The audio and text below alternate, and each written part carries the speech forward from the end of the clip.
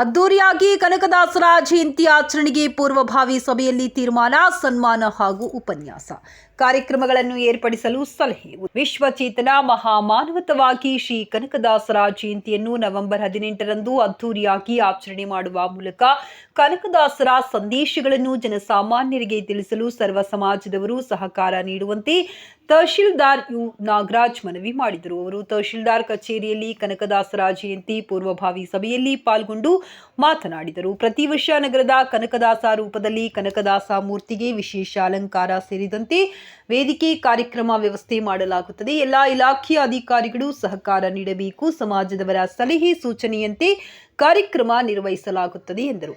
ಸಂದರ್ಭದಲ್ಲಿ ಶ್ರೀ ಕನಕದಾಸ ತಾಲೂಕು ಕುರುಬರ ಸಂಘದ ಅಧ್ಯಕ್ಷ ವಿಠಲಾಪುರ ಯಮನಪ್ಪ ಮಾತನಾಡಿ, ಶ್ರೀ ಕನಕದಾಸರ ಸಂದೇಶಗಳನ್ನು ಜನಸಾಮಾನ್ಯರಿಗೆ ತಿಳಿಸಲು ಉಪನ್ಯಾಸ ಮತ್ತು ಸಮಾಜದ ಪ್ರತಿಭಾನ್ವಿತ ವಿದ್ಯಾರ್ಥಿಗಳಿಗೆ ಸನ್ಮಾನ ಏರ್ಪಡಿಸುವ ಕುರಿತು ತಾಲೂಕು ಆಡಳಿತ ವ್ಯವಸ್ಥೆ ಮಾಡಬೇಕೆಂದರು. ಪೂರ್ವಭಾವಿ ಸಭೆಯಲ್ಲಿ ಸಹಾಯಕ ಕೃಷಿ ನಿರ್ದೇಶಕ ಸಂತೋಷ್ ಪಟ್ಟದಕಲ್, ಸಮಾಜ ಕಲ್ಯಾಣ ಅಧಿಕಾರಿ ಸಂಗಪ್ಪ ಜೈರಾಪುರ್, ನಗರಸಭೆಯ ವ್ಯವಸ್ಥಾಪಕ ಷಣ್ಮುಖಪ್ಪ, ಸಮಾಜದ ಮುಖಂಡರಾದ ಕೆ ನಾಗೇಶಪ್ಪ, ಅಶೋಕ್ ಗೌಡ, ಹನುಮೇಶ್ ಡ್ಯಾಗಿ, ತಿರುಕಪ್ಪ, ವಿರೂಪಾಕ್ಷಪ್ಪ, ರುದ್ರೇಶ್ ಡ್ಯಾಗಿ, ಗೀತಾ ವಿಕ್ರಮ್, ಅಡ್ಡಿ ಶಾಮಣ್ಣ, ಕೆ ನಾಗೇಶಪ್ಪ, ಬೆಟ್ಟಪ್ಪ ಬೆಣಕಲ್, ನೀಲಕಂಠಪ್ಪ ಹೊಸಳ್ಳಿ, ಸಿದ್ದಲಿಂಗನಗೌಡ, ಶರಣಪ್ಪ ಉಪಸ್ಥಿತರಿದ್ದರು.